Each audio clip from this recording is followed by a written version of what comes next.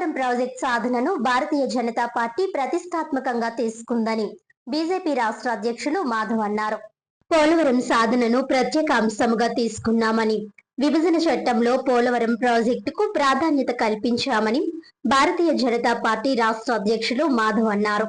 Rajahmundry MP Daggubati Purandeswari నివాసంలో media ప్రతినిధుల సమావేశంలో ఆయన మాట్లాడారు.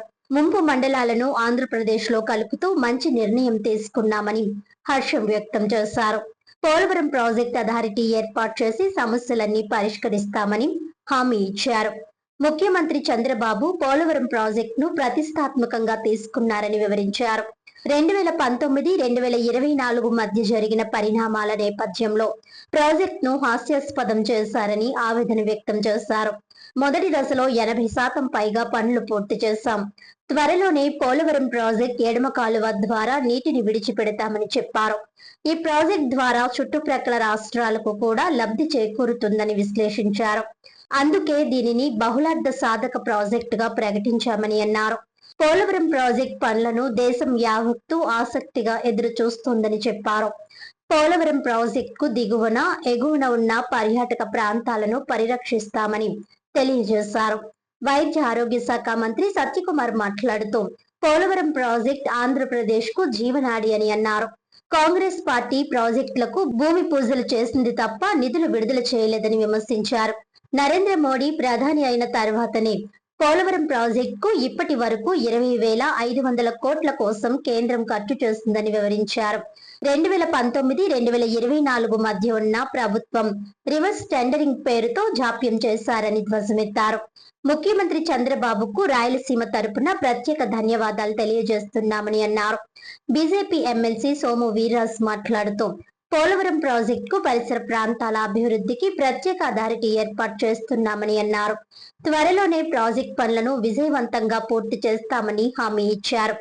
గత ప్రభుత్వం నిర్లక్ష్యం కారణంగా పనులు ఆలస్యం అవుతున్నాయని విశ్లేషించారు. అనంతరం కేంద్ర మంత్రి భూపతిరాజు శ్రీనివాస్ వర్మ, రాజమండ్రి ఎంపీ దగ్గుబాటి పురంధేశ్వరి, ఎమ్మెల్సీ సోము వీర్రాజు, రాష్ట్రంలోని ఇతర బీజేపీ ఎంపీలు, ఎమ్మెల్యేలు, ఎమ్మెల్సీలు, రాష్ట్ర పదాధికారులు, జిల్లా అధ్యక్షులు, ఫిక్కి నాగేంద్ర, ఇతర జిల్లాల అధ్యక్షులు, నాయకులు మొత్తంగా 1000 మందితో కూడిన కమలదళం ర్యాలీగా పోలవరం ప్రాజెక్టు వద్దకు బయలుదేరారు. భారత ప్రధాని నరేంద్ర మోదీ 12 సంవత్సరాల పాలనలో దేశం అభివృద్ధిలో వేగంగా దూసుకు వెళ్తోందని బీజేపీ నాయకులు దారి పొడవునా వివరిస్తూ వచ్చారు. వికసిత్ భారత్ లక్ష్య సాధన కోసం, భారత్ ను విశ్వ గురువు చేయడం కోసం నరేంద్ర మోదీ ఆయన సైన్యం సంకల్పంతో కృషి చేస్తున్నామని అన్నారు.